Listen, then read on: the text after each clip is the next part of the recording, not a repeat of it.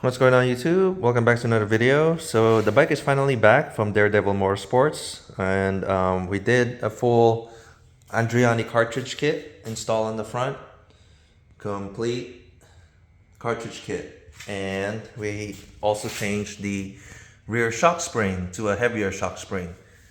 This one took a little bit of work. He had to add some kind of custom collars to accommodate the spring. I was told is much shorter than the original spring. It still does the full, travel. It's a physically shorter spring. So we had to add some collars to accommodate the lesser length, I suppose. But it's working fine. It's working great. You still have full adjustability of it all, and there's that. Initial impression. Like I said, it's great. It was kind of an obvious thing. The bike was really horribly sprung. I mean, I guess just for me in general, for my weight, I'm pretty heavy. I'm pretty heavy on the bike, so it's just changing the spring to accommodate that. It's night and day difference. It feels like how it should be. I mean, I can't imagine. Maybe if I was lighter, it would have been fine. There's just not a lot of settings left for somebody with my weight. I'm 220. 215, 220 before I wear my gear, so it's just I lose some weight, but still I'm gonna be in the 200 plus. So anyways, the bike's sitting a little bit taller because it's sprung a little bit stiffer now. So we did also work on the brakes. We just did the racing brake fluid here. It's just a little bit more It's just a little bit more grabby. It's not as squishy as the original. Also, we changed the brake pads to some racing brake pads. You can't really see it, but yeah, you can't really see it. You can't really tell. But we changed those for it's kind of like it's a very aggressive pad, but it's like more of it's unnecessarily for the cost, but it's what he had on hand, so we just pretty much just change it and see how it goes. But moving forward, I'm not gonna do the same pads. If I ever come to the point where I have to change it, I'm just gonna go with a lesser, cheaper pad. But the main thing that made a difference is the fluid. So if you're somebody that actually notices that or cares about that, just change the fluid. That kind of helped. For the rest of this video, I guess I'll just walk you through what parts I have so far for the bike. As you can see, I already installed the KTM Power Parts Ergo seat. Usually I would have gone with the seat concepts, but I wanted to try this because I want to stick with kind of an OEM kind of theme here. Not entirely, but I just wanted to give this one a shot. The stock one is blue, this one is black. Overall, if you're looking at it, it's not so bad, but you can tell it doesn't match. But it's fine because I told you guys something before that I might change the plastics to a black theme here someday, which I'm not sure when. Probably soon, because I don't know how I like the orange, but I just I kind of prefer a darker color. So here's the rest of the parts. The only thing I'm missing here is the Rottweiler intake. That's been on back order for a while.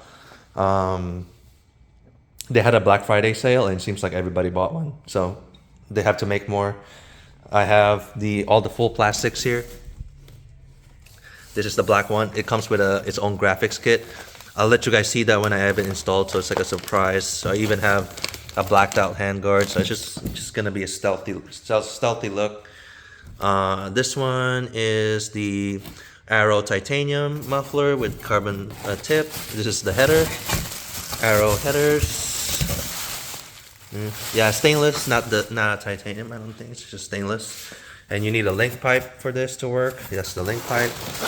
These two are fender eliminators. I bought two because I'm not sure which style I want. The SAS kit here, Rottweiler SAS, the Dyno Jet, Power Commander, some eBay lights, LED lights. This one here is the rev indicator and also the gear indicator. This is a new install for me, so it might take me some time to learn this, and I might do a separate video just for that. And I have a basic KTM skid plate. because that's really all you need. I don't really, need anything beefier than that. But yeah, so that's pretty much initially what's in store for this bike, for the 690. I'm excited to get this on track and see how it actually performs. That's really changing the suspension on it and feeling the difference just gets me all excited, because this is exactly what I wish the bike was when I had my 701 supermoto before. That was the only thing lacking. I did every single performance mod that I have here on the 701, and it didn't really felt any better. It sounded great, throttle's response is great, but like when I sit on it, it just doesn't feel confident at all. But this one does. Right now the settings is a baseline setting. It's not even any special setting, so I have to write it a few times, tell my suspension guy how it is and how I like it, and then we will adjust accordingly. So for the throttle here, I did a spacer, the throttle spacer, so now there's no dead spot. So there's that too. I don't know about levers. I don't know if I'm going to change the levers yet, or the mirrors, because I'm testing how this brake system goes. Right now it feels really good, but if I want to go even further, the RCS 16 or 17 will have its own lever. So I don't want to change it right now. I think it's going to be a waste of money. If I end up getting the Brembo RCS and putting it on here, it's going to have its own lever anyway. So, and then this is going to change.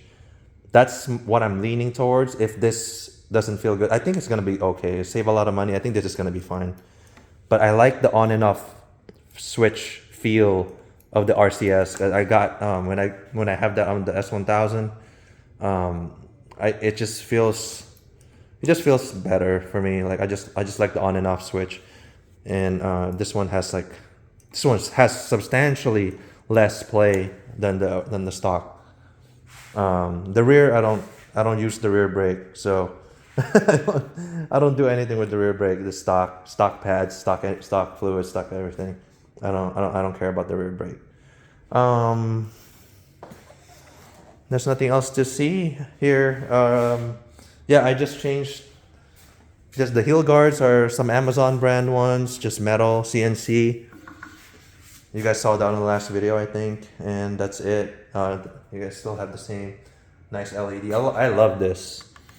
I guess one of the first mods you should do is suspension, maybe brakes and headlight. That's it. Like change the whole bike. Yeah, short video. Not much else to do. We're gonna start doing the mods on the next videos, and then I think I'm gonna start with the fender eliminator, because that's the one that's not dependent on anything. I was so tempted to install the exhaust already, but I need to reprogram the Dyno Jet Power Commander if I was going to do that. And I have to ask Rottweiler for a new tune, reflash it.